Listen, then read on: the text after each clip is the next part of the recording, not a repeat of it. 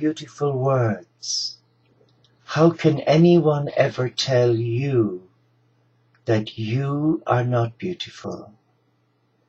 Yet we live in a society, don't we, where we are made to feel sometimes second class, second rate, because A, we haven't come from the right postcode address, or zip code as they say in America.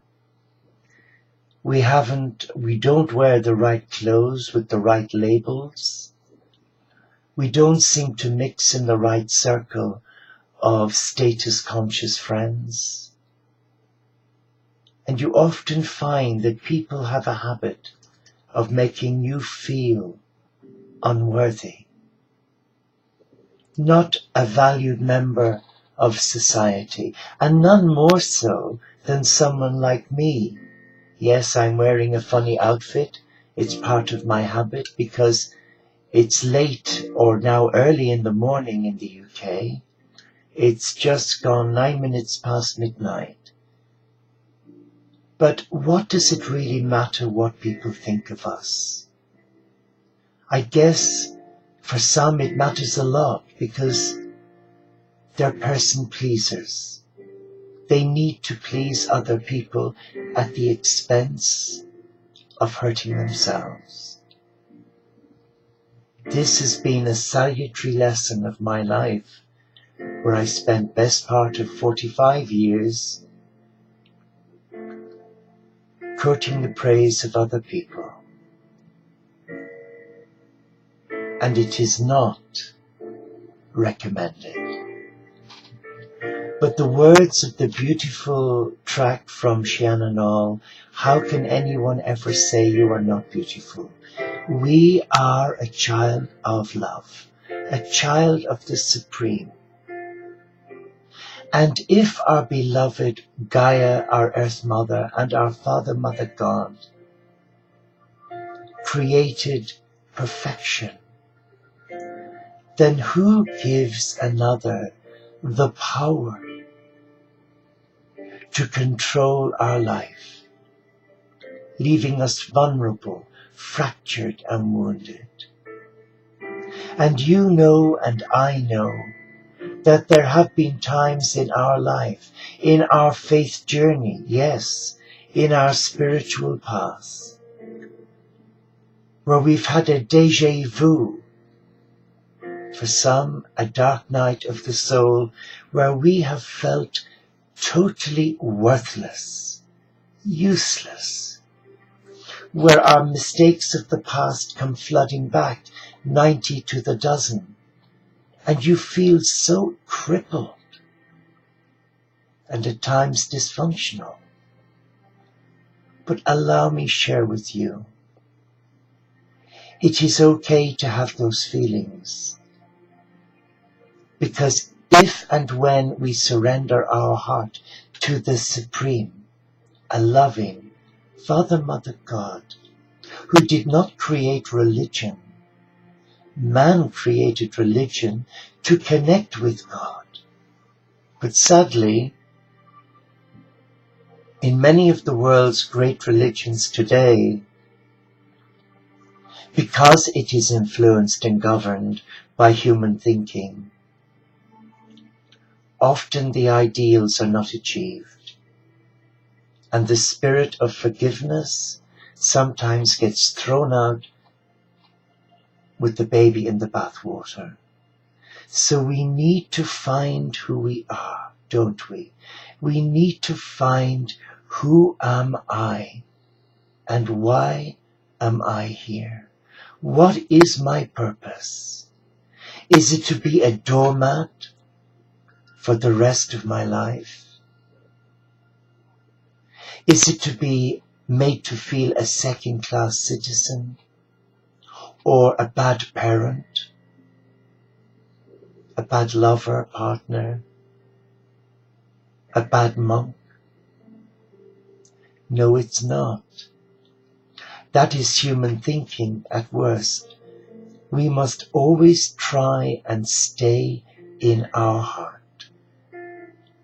I know I say it over and over and over again. But the heart is our teacher. And the world we live in is a beautiful world. The world is not a bad place. The world is not evil. Because when the Creator created life, human life, animal life, vegetable life, all kinds of life, it was perfection. But sadly we, who are part of the human race, have choices. We have a gift of free will. And though many have been invited to sit with you and me for 30 minutes out of 24 hours to show gratitude, our brothers and sisters have chosen that other things are equally or probably more important, such as having an early night and having a good sleep. That's a prayer. But no one has the right to tell you you are not loved by God, or that your lifestyle choice, or if you've remarried as a devout Christian and got divorced, you know that the teachings of the Christian church is that you're not married, especially if you're a Catholic Christian. But putting that aside, that's dogma. Let us come into the heart and let us find our truth there. But how can we? When we live a busy life, when we multitask, as I've done, and you meet yourself coming back, don't you?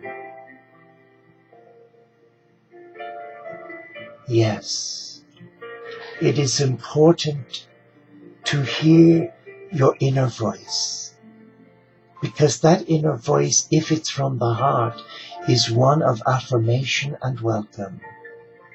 But if the voices are coming from your head, which I believe is the seedbed of the Antichrist, those voices will resonate with the words that we've just heard. You're not beautiful. You're ugly. You're a non-achiever. You're a non-person.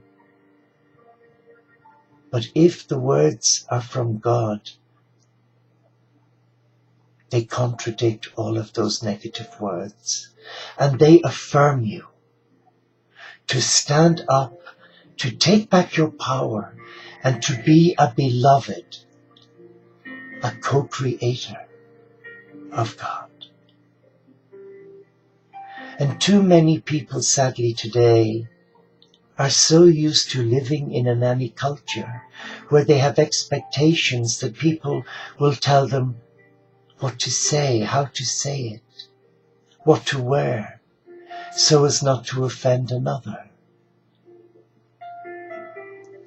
And so it is on the spiritual path. Many vulnerable souls, innocent, trusting, often take every word that comes from the mouth of God's representative, be it a rabbi, a priest, an imam, a holy man or woman, as gospel truth. But what we forget, sometimes man has a habit of watering down God's truth by adding his own ego. And we have seen that in the demonstrations in the Islamic world. The Prophet Muhammad, Lord rest and bless his soul, was a good man. He was a holy man. He was a man of peace, like Buddha, like Gandhi, like Jesus. And those who say they represent the Prophet Muhammad by instilling violence and hatred in the mindset of the Muslim family are not representatives of God. The Prophet Muhammad, as I've said, is a holy man who left us a legacy of the Quran, a beautiful book inspired by God. But many of its teachings, like in the Bible, have been taken out of context. We've seen it with various sections within the Christian church, where many take chapter and verse literally, and they don't sit and listen. And if they read something that causes them disquiet, makes them feel uneasy, we are dutifully bound as a child of God to challenge God and say, does that really mean what it says? That I should go out and kill my brother? No. We must ask for clarity. We must not always take what we hear as gospel. Because I've discovered in my own faith journey as an enclosed monk that many of the teachings given to me as a young Catholic monk, I believed and I accepted, but one I didn't and could never accept it.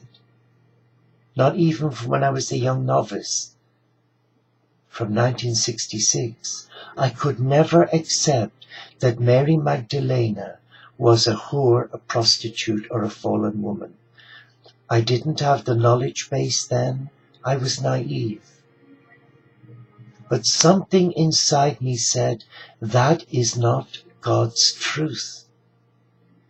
And I happened to open my mouth and I put my foot in it. And I shared my heart's feeling with my confessor, the priest that would come to the monastery every Saturday at 2:00 for that weekly ritual of confession. And I shared it with him.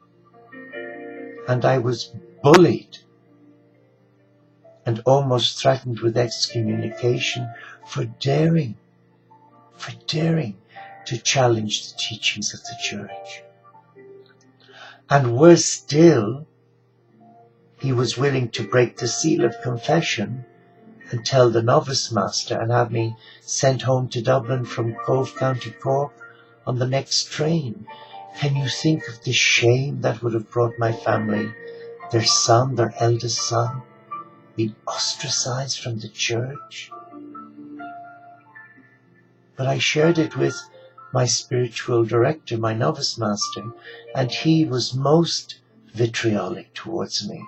In fact, I guess the next 2 years of my novitiate training as a novice was one where I was continually picked on for daring to speak my truth in love. And all these years have passed, and look what's happened. The truth has come out that Mary Magdalena was not a prostitute. She was a woman who was a high priestess of Isis. She was a being of light. She was the twin flame of Jesus, the cosmic Christ. She is the violet flame represented by the divine feminine energy. She is a beloved of God, and yet she was discredited by God's children who were there to represent God. So what I'm saying is, we will hear things in our faith journey that don't resonate, like me with Magdalena. And what we have to do then is show respect to the I Am presence living within us. Because our heart, being our teacher, is the gateway to our soul, our higher self, which is the gateway to God.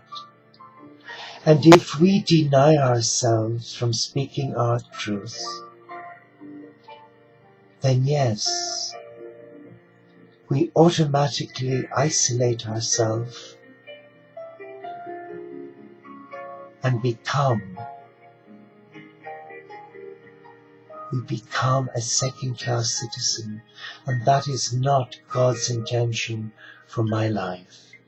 Though it's taken me best part of 58 years to finally have the courage and to step into my power as a child of God and release from my life all that negativity of guilt, the concept of sin, that I will go to hell for leaving the monastery back in 1974 when I could take no more of the hypocrisy and the lies. And then I left the church because I couldn't take any more of man's inhumanity to man from God's representatives. But now I honor my Catholic tradition. I embrace my God as a Catholic Franciscan monk who embraces interfaith. Because I am a member of the Teo community of St. Francis, who are interspiritual Franciscans. We don't find God in a building. We find our loving God in creation, in the animal kingdom, the soul of Francis. So let us now come and sit at this table. This table we call the table of blessing. It is where the divine meet with us. It is where the divine touches us.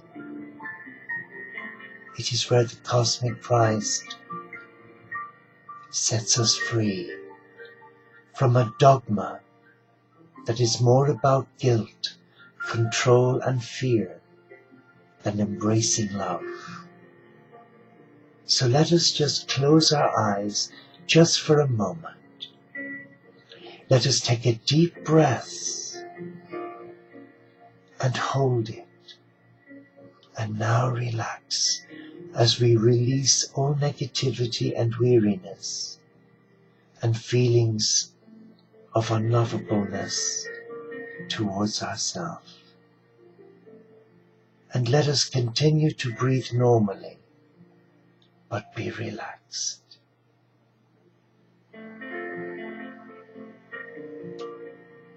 And let us be mindful that we are a beloved of God, that we are a co-creator for God. We are made in the image and likeness of God. Our being, our body, is a temple of love, and we are here as a vortex of light. We are here as the heartbeat of a loving God.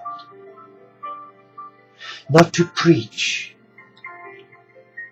not to talk the walk, but to walk the talk, as they say, and to try and show human kindness and love where we can, more so to those who reject us, more so to those who discredit us online, as many have me, because the Christ in me is clearly challenging them to surrender their heart to love. So I would like, in the few moments left, I would like to embrace the cosmic Christ with you, and on your behalf, with your permission, I would like to ask the risen cosmic Christ to touch you right now. Be aware of His presence. Be aware that He's in front of you. Be aware that with every in-breath, you are breathing in His love, His healing touch. Be still. Be still in the presence of the Supreme. Father, Mother God, in the name of your beloved Son, the barefoot Galilean who is now the risen cosmic Christ, I ask that he touches those present with me, that the Christ will anoint us afresh with the oil of gladness and allow us sense and feel in our heart, in our soul, in our beingness, that we are loved and that there is no fear, that we are protected. Thank you, Jesus, the physician of my soul, for hearing my prayer and for anointing Mary who's joined me, and for whoever else is watching or will watch this live recording. Thank you from my heart, because you've never refused me, ever, because I trust you, and I have seen you perform miracles before my eyes here in this little house, where you have touched people's lives and set them free. And I know that you're touching my brothers and sisters who are part of this recording. And I thank you with all my heart. I bless you. Let us take a deep breath now, dear friends, and let us honor who we are, a beloved of the Supreme. And let our mantra be as we finish, I am a beloved of God. I am light divine. I am whole, perfection, and complete. And I leave you with the closing prayer. The blessings of heaven, the blessings of earth, the blessings of sea and sky,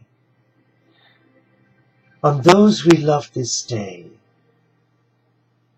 and on every human family, the gifts of heaven, the gifts of earth, the gifts of sea and sky, the gifts from Brother Sun and Sister Moon, be in your heart, now and forevermore. Amen.